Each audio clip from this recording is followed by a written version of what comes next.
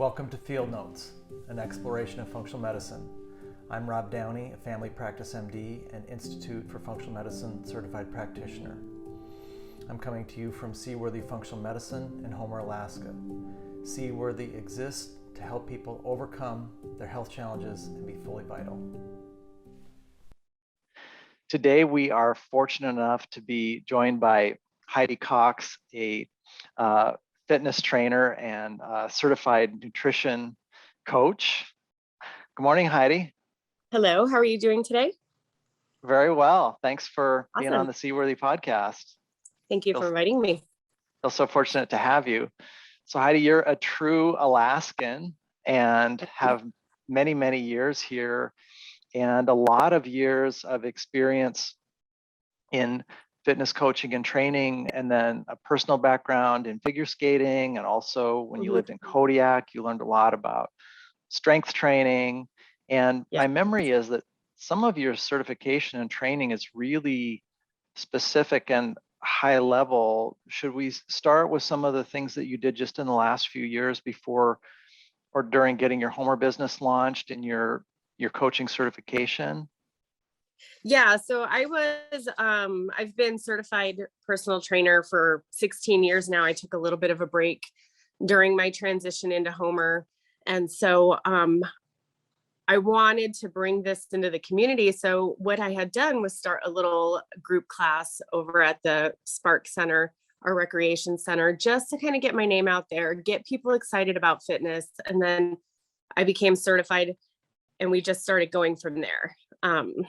I really love working with people that have injuries that need to be rehabbed because I'm that person.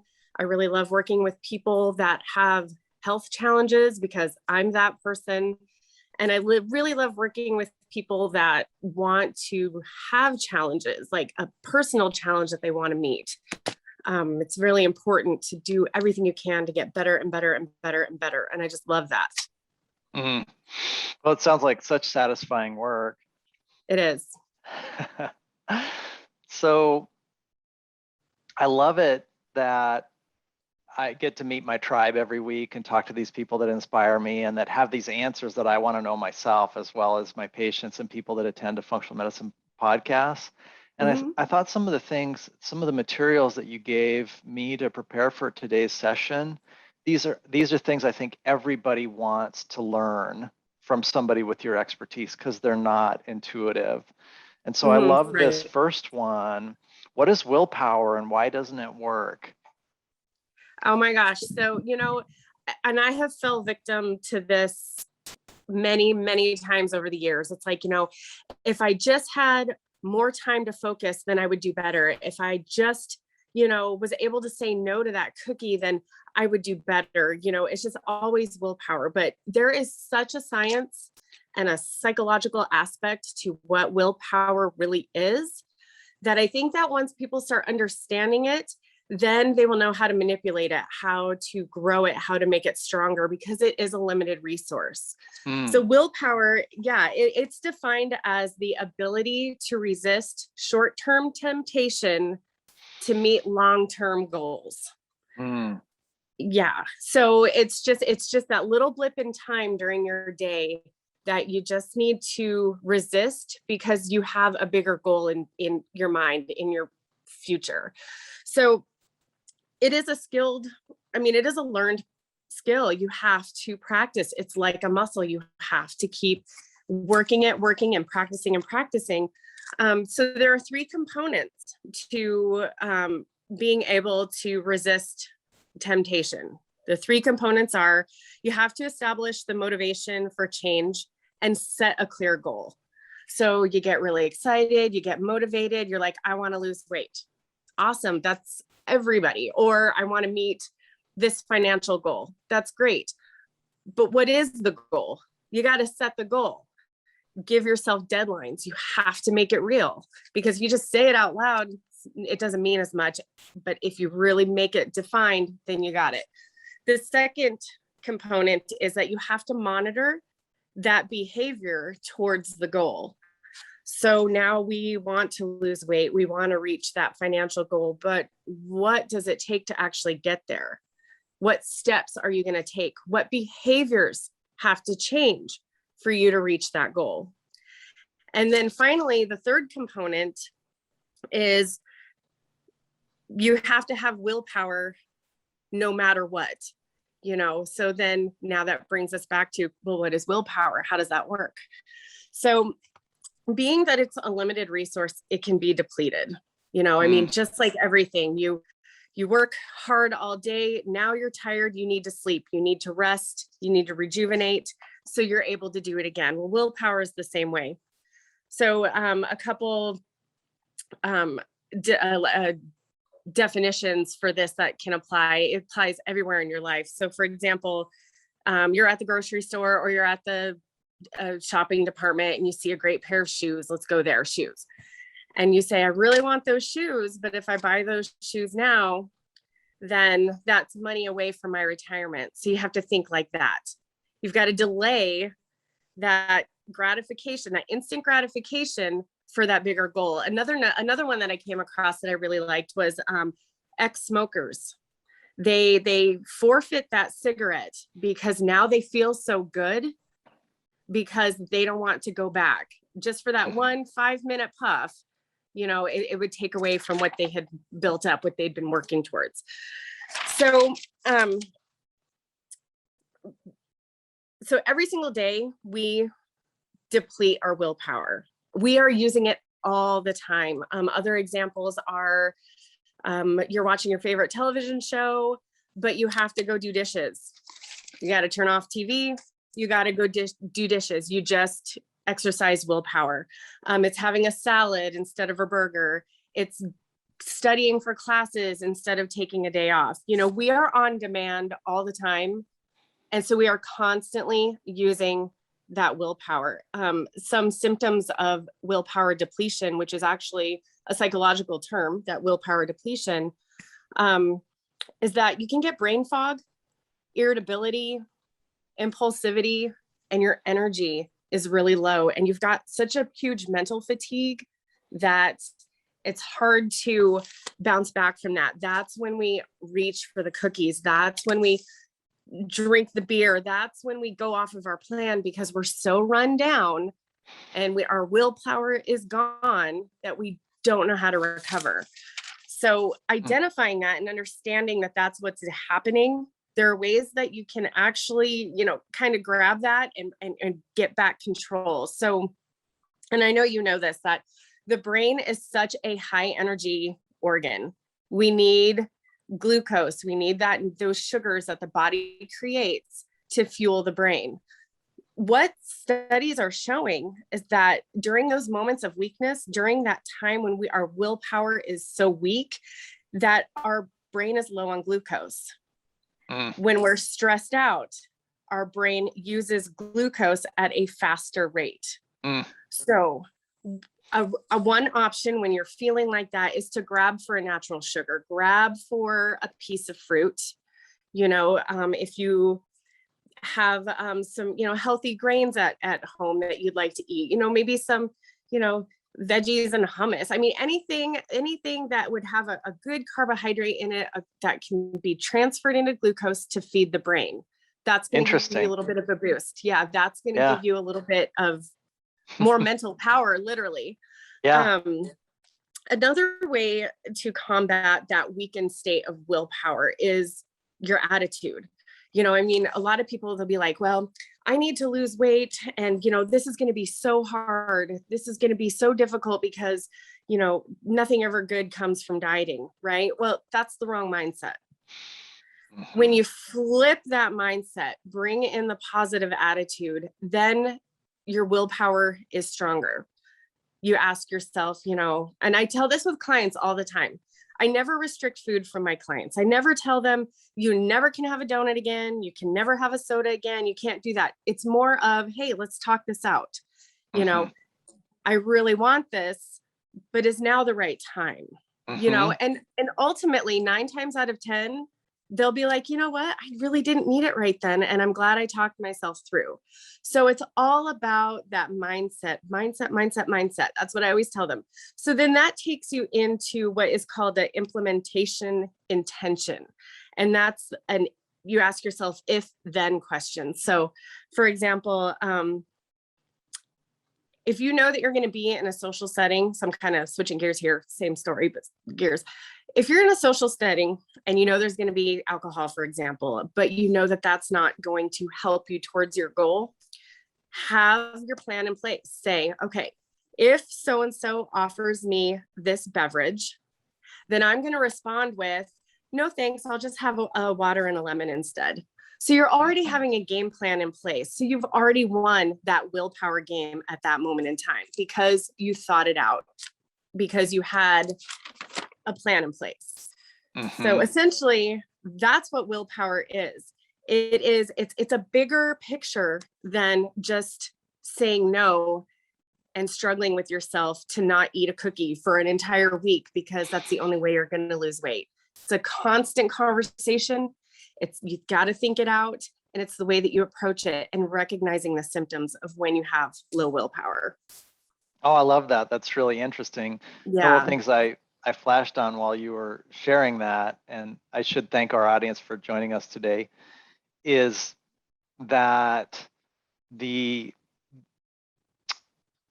tendency, there's these differences between what I think of as negativity bias, which are threats and the need to deal with threats, versus what I would describe as our affirmative relationships, the things that we love. And right. I always end up describing them as friendships, our friendships with food or our friendships with our workout or what have you. Yeah. And I think one part of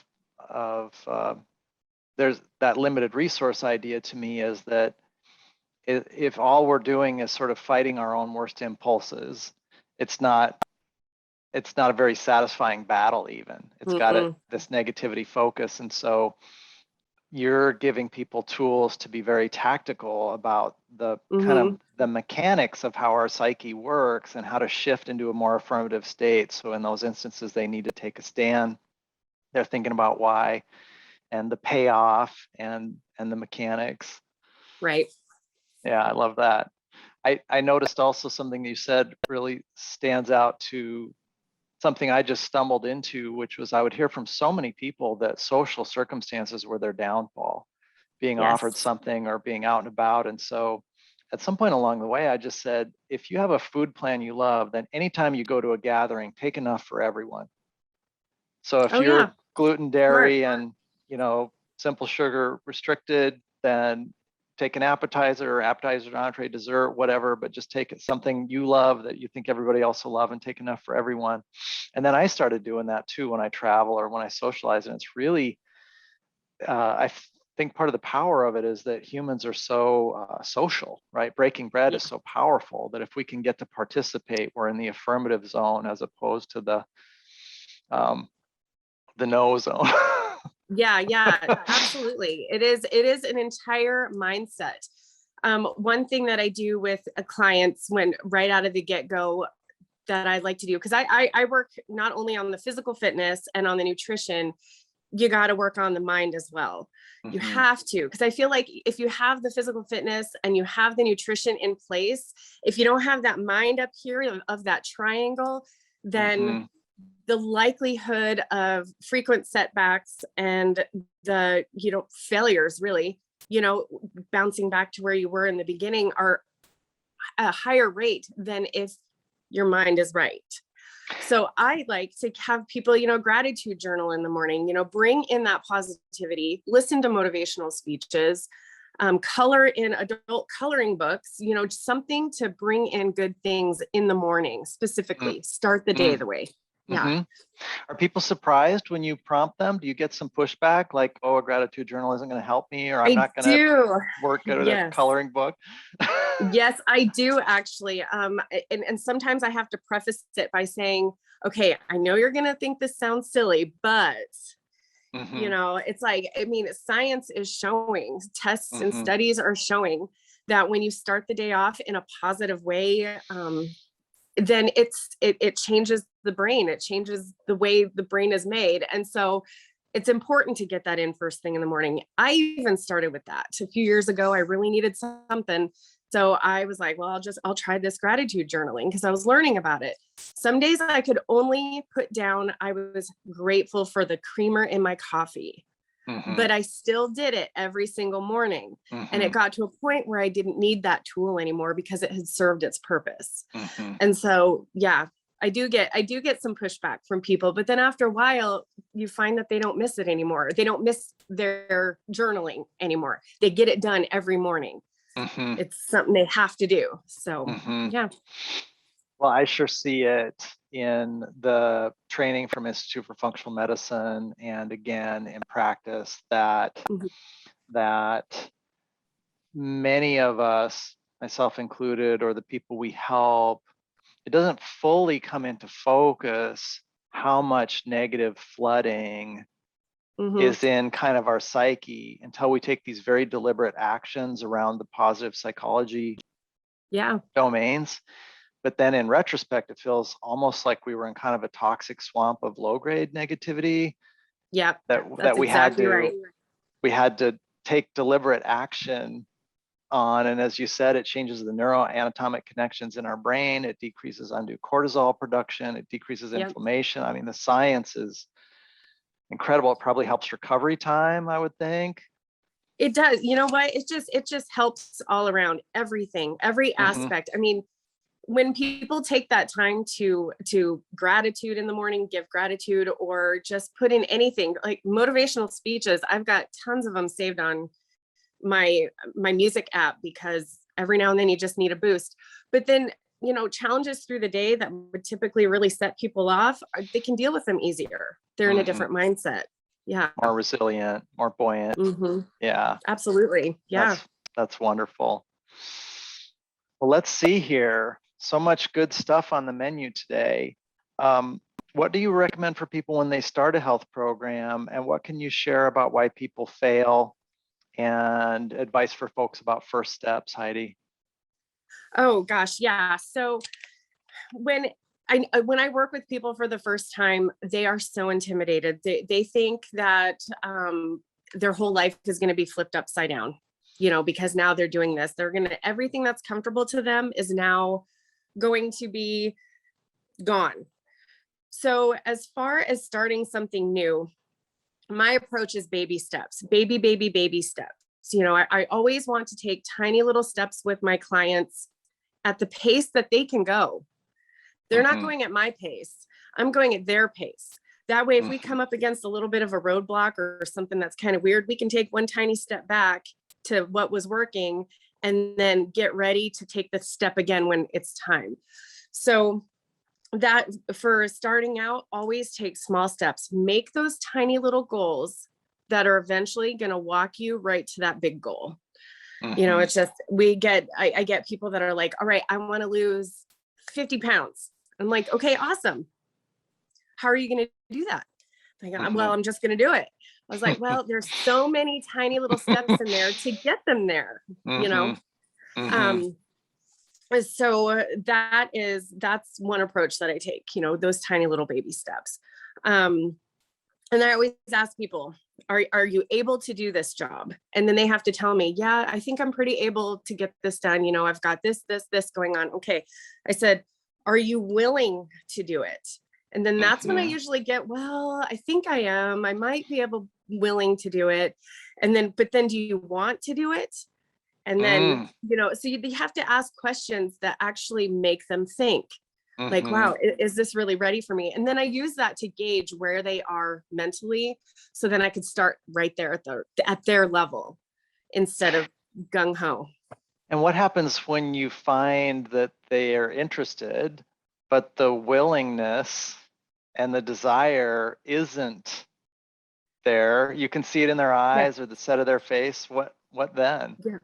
So usually that is due to just the apprehension of the unknown. They don't know what to expect, so they don't know how to answer that.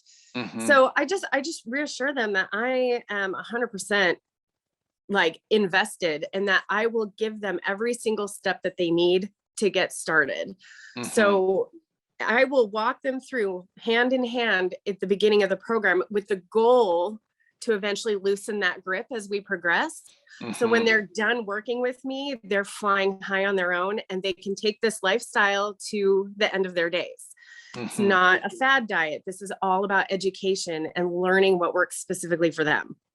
So that's usually when they're kind of apprehensive. I'm like, all right, I got you. We can do this, and that they find after about a week or 2 weeks, they're like, okay, this isn't so bad. All right. It does take a little bit. Sounds like the reassurance is they realize it's we, not me. Absolutely. And I even do that on when I do weekly or session emails. After I meet with someone, I send an email of a summary of what we worked on. And there is no, you are going to eat this way, or you are going to do this. I said, okay, the goal for us this week, we're going to get you started on this. It is, there's always a lot of we, or our goal, or whatever. It's not, I don't tell them what to do. I work with people. It's so simple, but it's so important. And some of the most important things are simple, but they're simple and profound. That's what differentiates the really valuable, rewarding processes versus the one-offs, I suppose. Yeah. And I've had clients that they've said, wow, I didn't know it was going to be this smooth. I didn't know that this was going to be enjoyable. I didn't realize that we were going to have fun. And I'm like, hey, fitness is fun. Health is fun. When you finally find your groove and you feel so good, you can't let it go. Yeah. I think that's one of the great surprises of the coaches that I get to work with, and the trainers and the other functional medicine providers out there, is I don't know if it's an American conception or a Western conception that there's this, going to be grittiness and suffering. It must be kind of out of the movies, right? Like Rocky training out in the cold or something like that. Right. But it's really important, I think, that we help folks and ourselves realize our bodies want to drift to fitness and vitality and vibrant health and plenty of energy. Like, that's how they're designed. And so if we support our bodies, they kind of auto drift that direction. That's a very different conception than fighting against all this current, or fighting for gain, which again I think has kind of a negative or kind of military feel to it. This seems much more, what really happens is much more about kind of harmony and things that want to happen, that we provide the resources for. Exactly. I just want people to feel better, because I was there. I was really, really sick at one point in my life, very sick. And when I finally had enough, that was, I reached out to you at that time, and you taught me so much. And that was when I knew, after our first appointment, I was like, this is what I want to do. This is how I want to approach my clients. This is how I want to help them with their health. I was like, this is the answer right here. I found it. That is really how I felt after our first appointment. And then it had just gotten better from there and there and there. And so, yeah, I'm feeling great. Well, that means a lot, that you feel that way. I find I'm always thinking functional medicine, the provider side of it is standing on the shoulders of giants, where people have pioneered all of this approach, and then I get to wield the tools. That's how it feels. And maybe you feel that way about your training or the things you've learned, and then you get to use them for the benefit of others, which I love is, again, kind of we're there for someone, and then they're there for someone. And it's got a larger, wonderful aspect to it. It might not as fishing for praise, but just to inspire people. It might help them to hear. So when you look back then on that aha moment, was it simply having good information from somebody else that you needed, or was there something really specific that was it a relief that there was a path forward at that juncture that hadn't been clear? Yeah, I think it was a little bit of everything. It was the thoroughness of understanding what exactly was wrong. That, it wasn't, exactly. It was just like, this is, and the willingness to do further testing to go deeper into issues that I had. So I think that really helped a lot. I had high blood pressure, and I had another provider say, well, I'll just give you medicine and that'll help that.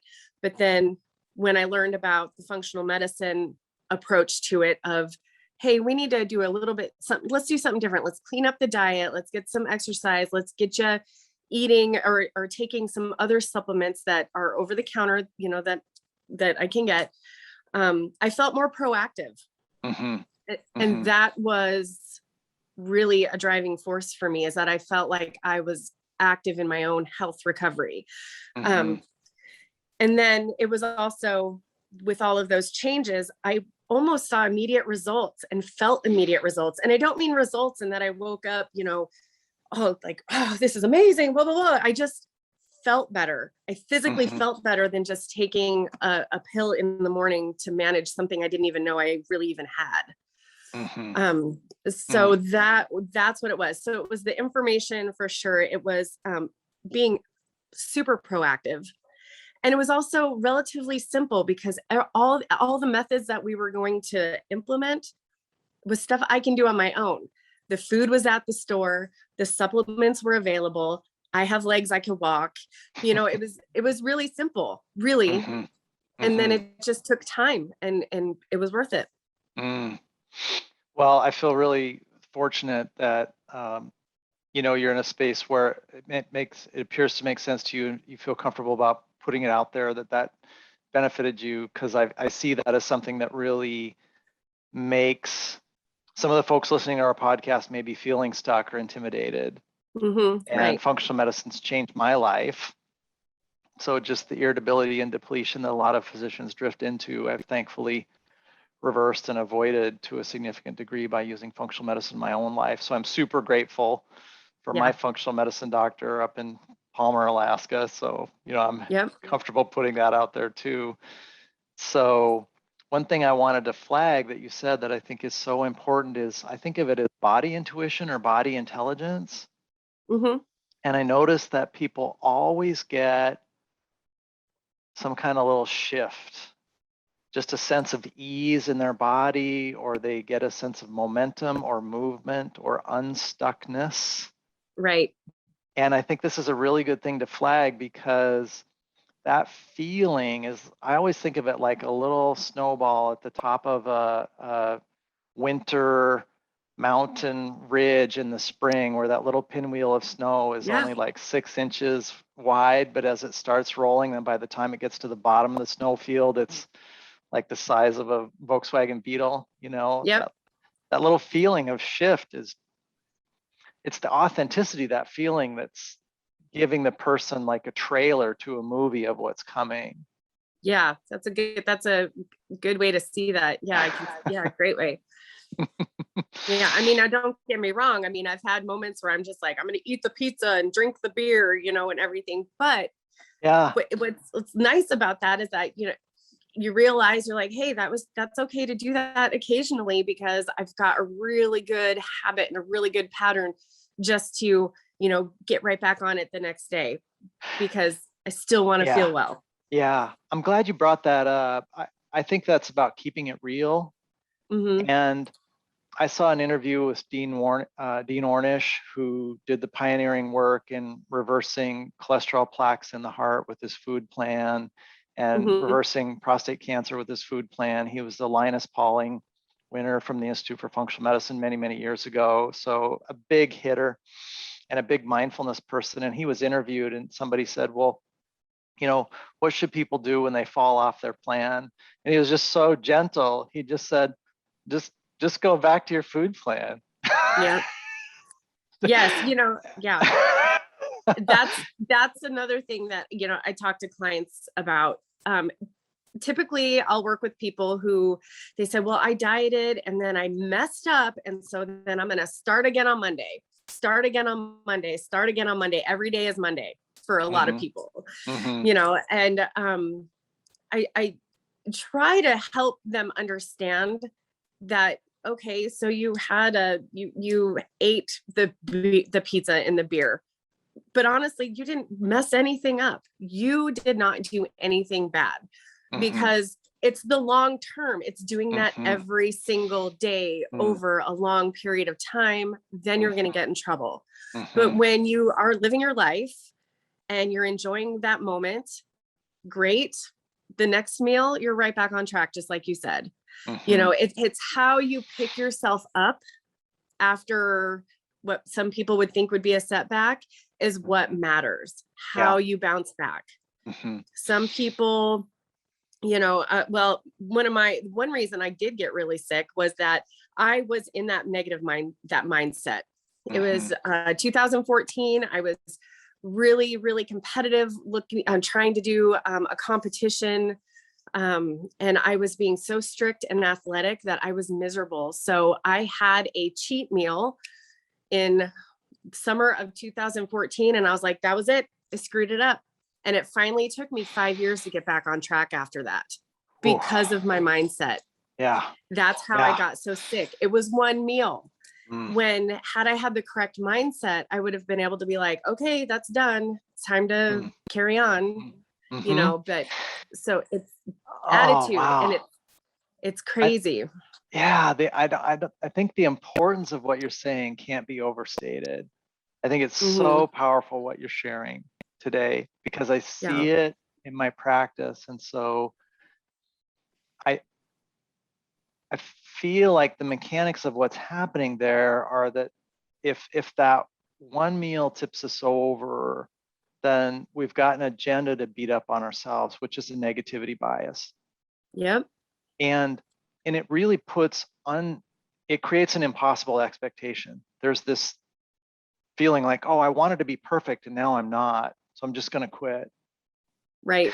But health isn't perfection. One of the key things is once we get to the point where we're enjoying vibrant health, it's still a mixed bag.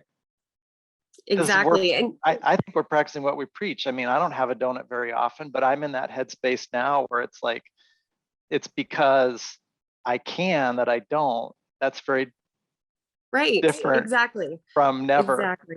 Evil donut. That just doesn't work out very well. And another thing that I work with clients who have that all or nothing attitude. It's either I'm going to give it all and be perfect, or I'm going to give it nothing and do nothing.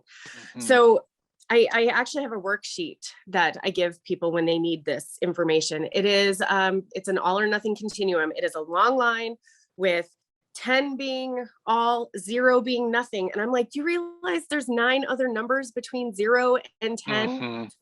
There are 10. Okay. So again, the donut reference here. So you want the donut.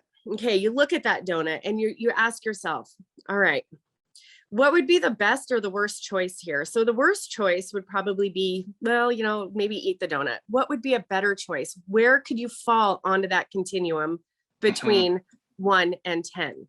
So 10 is the donut. And so a better choice would be maybe have half, then you could go farther than that. What's better than that? Well, maybe a quarter of it. A lot of self-talk, a lot of self-dialogue is really important. And then also seeing that there are 9 other numbers between, that 0 and 10. Yeah. I love it that you're talking about the structure and the activities, because as you said at the beginning, these are specific things then that give people tools to move forward. So now they're engaged and they're moving. And I imagine later it becomes a little more automatic, but in the early going, they probably need the very specific activities to break some of those old conceptions that aren't serving them as well. Some people do. And, and I work with so many different people that are very literal, that need to have the worksheets in front of them. And then I have some that aren't quite where, they think about it and then they could figure it out. But it's having tools is so important. Strategies for every situation. One strategy may not work for one person. So I got to have more so that everybody has something that they can work with. It's really important. I also have another worksheet. So, COVID's been really stressful for a lot of people. And when I have clients that are ultra stressed out, especially with the school year being so unknown, they're not sure how they're going to structure their family schedule because they have to work. It was just really, a vet emergency and all that. I'm thinking of someone specific. I had that person, another worksheet of, you got to itemize your stress. In one column, this is the stuff that you can actually control. In the other column is the stuff that you cannot control. Get rid of the stuff you cannot control. Look at the things that you can and start making plans. Okay, I'm stressed out about this. What can I do to help? Write it down. And then once you've got it figured out, you reassess your stress levels, and you'll find, most of them do, that those stress levels went from like an 8 to a 4. Yeah. So, it's that stress management, because it is so harmful on the body. Yeah. Got to bring it down. This is great. Yeah. This is great. You've alluded to it, but speaking directly to this topic then, why would somebody hire a coach? Part of what you've alluded to, that the need for it is because of the objectivity, somebody outside ourselves. But talk a little more specifically about that, why it's a good investment for people. So the number one reason that people reach out to me, they want accountability. They want somebody that they can report to, or that they can talk to, and so they're not doing it on their own. Because it's easy to be like, well, I'm going to eat that, whatever, or I'm going to do this because no one's going to hold me accountable for it. So I'm just going to do it. So there's that. Accountability is huge. Another reason to have a coach, and I will tell you right now, I do have my own coach. My own coach is in Arizona. And so I need that as well, even though I'm a coach myself. Right.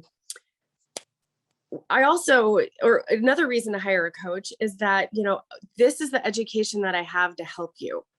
So it's like, it's almost like a one-stop shop. It's just, you want to eat better. You want to get physically fit. That we got to work on that mindset. But a lot of people have no idea where to start. No idea. That is a huge realm of life that, unless you're going to dedicate time and energy into educating yourself and then taking the steps, it's just a lot of time, and a lot of people don't have that. So hiring a coach for the knowledge is very important to give you steps to be successful, that education. And then you have a cheerleader. I am my client's biggest cheerleader, and when they do something that is great, I am singing to the top of the hills because I'm so excited for them. I really, really am. Or when they're feeling bad, or when they're having a moment that they feel weak, call me, text me, get a hold of me, let me help you through this moment, because I know that you need, that support. So it's just, it's your own personal cheerleader, and it's wonderful. And like I said, I have my own. I have my own cheerleader, Right. You practice what you preach. Yeah. Exactly. Yeah, me too. Yeah, it's great. And so that is why it's important to hire someone to help you. I mean, I would never cut my own hair because I don't know what I'm doing. I've tried before and it was bad. I wouldn't ever, do my own dirt work in my yard, aside from, because I don't know what I'm doing.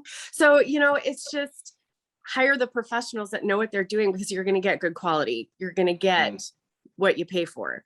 So great investment. It is. I believe it's a great investment, and I just love people. So yeah, like you say, there's no better feeling than being on the journey with someone, and then that richness of seeing them. It is overcome challenges and become vibrant and all that.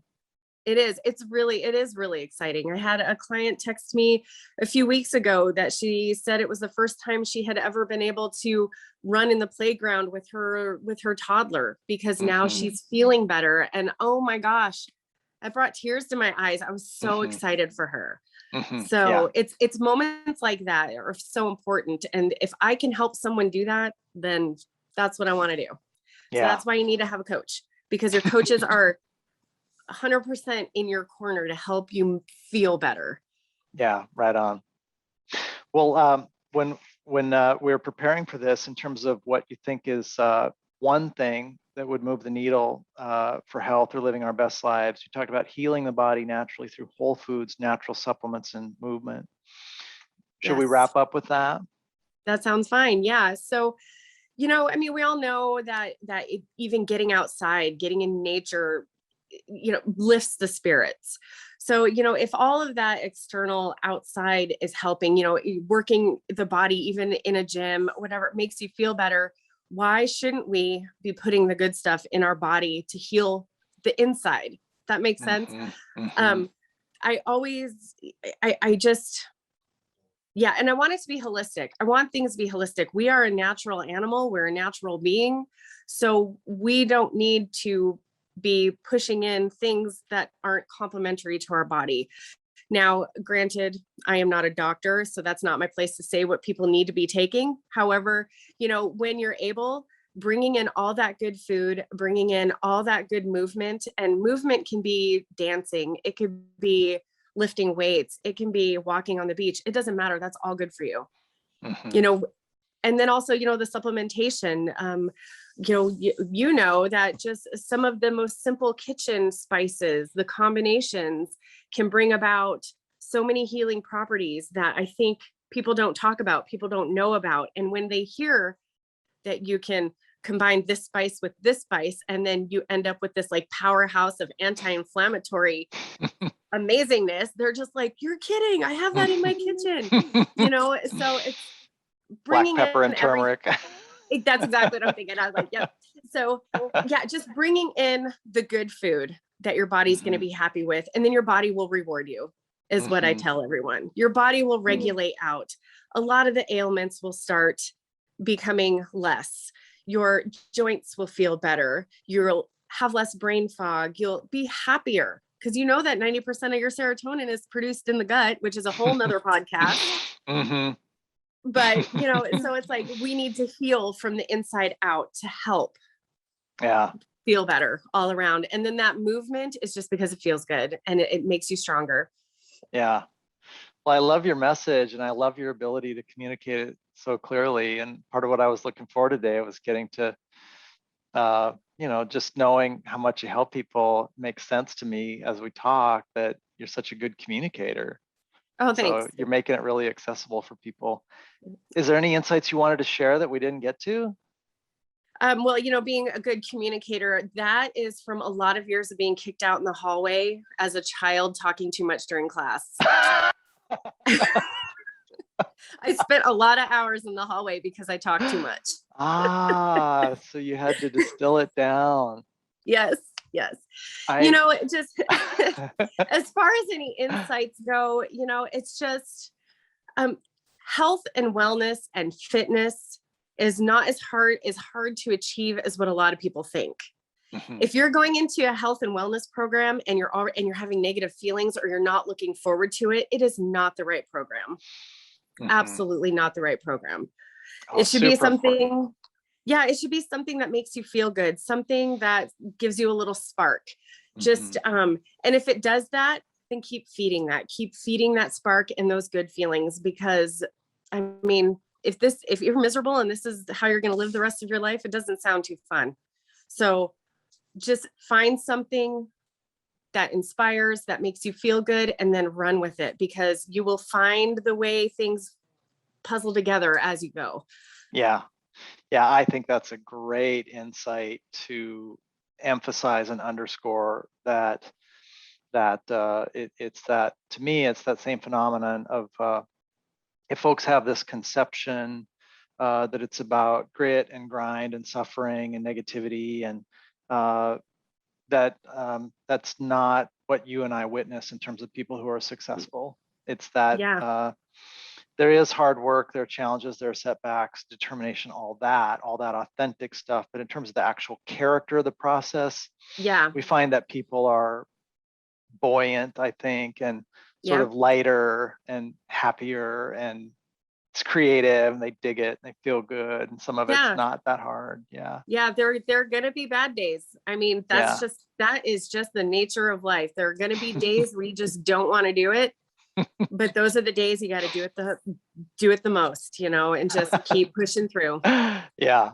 Well, in terms of process, since you were so transparent, I can't resist sharing a brief story. So you're not the only one who distilled their communication process down. I was picking strawberries with my mom as a high schooler, and this kid came up and talked for 3 minutes straight, this 10-year-old on their bike, just, this is what my dog did today, and this is why I'm on my bike today. And my mom got this little Mona Lisa smile on her face after the kid rode off. And I was talking about, how the kid was speaking incessantly. And she said, Rob, you did that for about 5 years. Yep. But in residency, this psychologist said to me when I was an intern in Minneapolis, she said, Rob, she said, I'm your faculty member, not your friend. And she said, I'm going to tell you right now, you talk too much. She said, if you say 1/4 of what you say, you'll be 4 times more effective. And it was a watershed moment, because as a poet and as a writer, I'd always resonated with this idea of distilling concepts down, or words or phrases. And I'm so thankful. I mean, she knew she was hurting my feelings that day, but I'm so thankful she did it, because I think it made me a better doctor. Okay. So life's, it's process, not perfection, I guess. That's absolutely right. Yeah, that's right. Well, Heidi, it's so gracious of you to share your time and wisdom today. Thanks a million. Yeah, no problem. Thank you for having me again. People will have access to how to connect with you in the show notes. Okay, great. And Thank you. so when they check out the podcast, they'll be able to find you and find out more about what you do. Great. I appreciate that. Thank you very much. Thank you. Thanks for what you do for everybody. Have a great rest of your day. You too. Seaworthy exists for people to overcome their health challenges and be fully vital. Please consider subscribing, giving us a 5-star review if we've earned it, and going to our website podcast tab for any questions or comments you'd like to share with us. Thanks.